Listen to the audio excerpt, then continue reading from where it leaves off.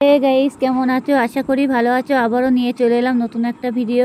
ভালো লাগলে like comment করবেন আর সব বন্ধুদের কাছে ভিডিওটা পুরোপুরি শেয়ার করে দেবেন। যাই হোক, আর পুরোপুরি ভিডিওটা দেখবেন, কেটে কেটে দেখবেন না, তাহলে কিছুই বুঝতে পারবে না। দেখো, আমি এখানে কুমড়ো নিয়ে নিয়েছি আর আলু। কুমড়ো আর আলু দিয়ে নতুন একটা রান্না হবে আজকেরে, অন্যরকমভাবে।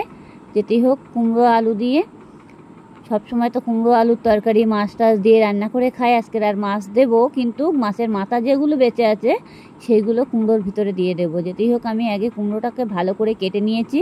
অবশ্য আমি কুমড়োটা খালি কেটে নিয়েছিলাম, কেটে তারপরে আমি ধুয়ে নিয়েছি, নাহলে কুমড়োটা জলে দিলে ছাবা ছাবা লাগবে। দেখতেই পাচ্ছ, বড় বড় করে কুমড়োগুলো কেটে নিয়েছি, একটা বাটির ভিতরে তুলে নিয়েছি। যেতেই হোক, এখানে অনেকগুলো কুমড়ো আছে আর আলু দিয়েছি, তিনখানা ছোট ছোট আলু তিনটে দিয়েছি। আর বেশিরভাগ কুমড়োটাই আছে আমার এখানে এই পাত্রের ভিতরে। দেখতেছে, বড় একটা পাত্রের মধ্যে আমি কেটে ধুয়ে পুরোটাই তুলে নিয়েছি।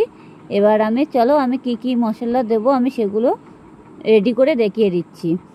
এই দেখো, এখানে কাঁচা লঙ্কা আছে, পেঁয়াজ আছে, আর এই টমেটো আছে একটা, দেখতেই পাচ্ছ। আর এগুলো পেঁয়াজ, এখানে দুখানা নিয়ে নিয়েছি, একখানা টমেটো, কাঁচা লঙ্কা আর দুখানা পেঁয়াজ। আর যে মাথাগুলো আছে তার মধ্যে একটা ডাকা আছে আর একটা লেজা আছে। যেটি হোক, এখন তো এইগুলো রান্না করলে তো কারোর মুখে দেওয়া যাবে না। যেটি হোক, আমি এর জন্য কুমড়োর ভিতরে দেবো।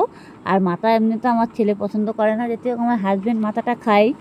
তাহলেও আজকের আমি এই কুমড়ো দিয়েই মাছটাকে ভালো করে রান্না করব। এগুলো কেটে কুটে আমি একটা পাত্রের মধ্যে নিয়ে নিয়েছি ভালো করে।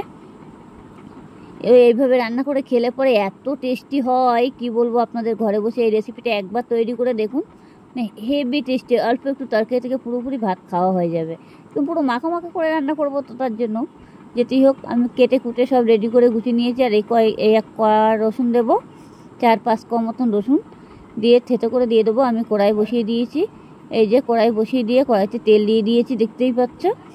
এবার দিয়ে আমি একটু পাঁচফোড়ন দিয়ে দিলাম তেলের ভিতরে, দিয়ে এবার যে রসুন কুচিগুলো সেগুলো দিয়ে দেবো, পেঁয়াজগুলো দিয়ে দেবো।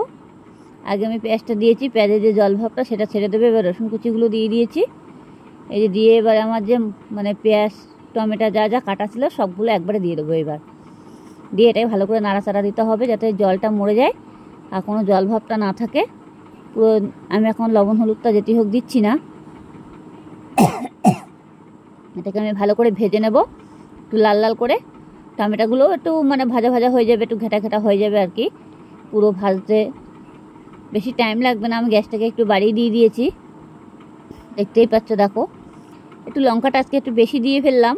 যেতে হোক, এই লঙ্কাগুলো কোনো ঝাল নেই এক ফোঁটাও, সেই জন্য আপনারা যেমন লঙ্কা খাবেন তেমন দিতে পারবো, অসুবিধা নেই। দেখো, আমি লবণ হলুদ আর জিরের গুঁড়ো এগুলো তেলের ভিতরে দিয়ে দিয়েছি। এবার দিয়ে এটাকে ভালো করে নাড়াচাড়া দিয়ে নেবো।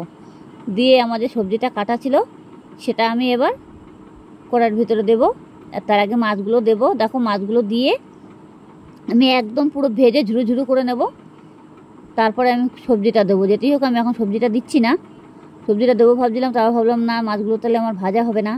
এর জন্য আমি মাছের মাথাগুলো আগে ভেজে তুলে নিয়েছিলাম, তাহলে এবার আমি বাকিগুলো দিয়ে দিয়েছি।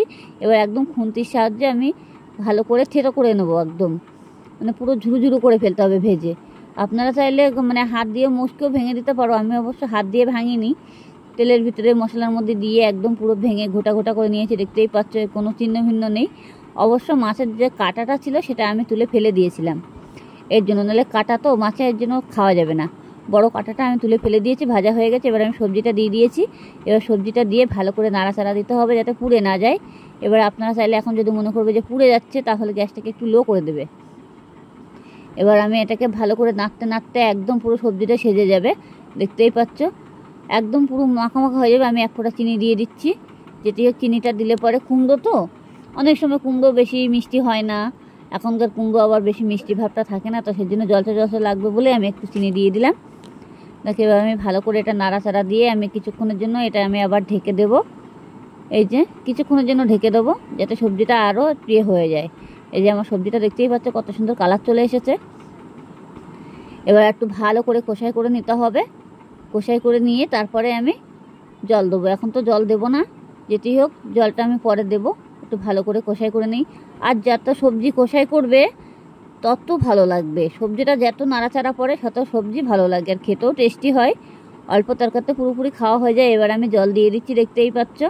জলটা আমি বেশি দিচ্ছি না, অল্প করে জল দেব, যাতে এতে কুমড়ো দেওয়া আছে তো একদম পুরো মাখা মাখা করে ফেলবো। এটাকে আমি এখন ভালো করে একটু নাড়াচাড়া দিয়ে নেব, দিয়ে কিছুক্ষণের জন্য আমি আবারও ঢেকে দেবো। এবার ঢেকে দিয়ে এবার 5 মিনিট মতো, 5-10 মিনিট যেটুকু না হওয়া পর্যন্ত টাইম লাগবে, 10 মিনিট মতো আমি এটাকে পুরো ফুটাবো ঢেকে দিয়ে। এবার আমার সবজিটা ভালো করে ঢেকে দিয়ে কিছুক্ষণের জন্য এবার আমি ফুটিয়ে নেব ভালো করে। এবার ঢেকে দিয়েছি, দেখতেই পাচ্ছ।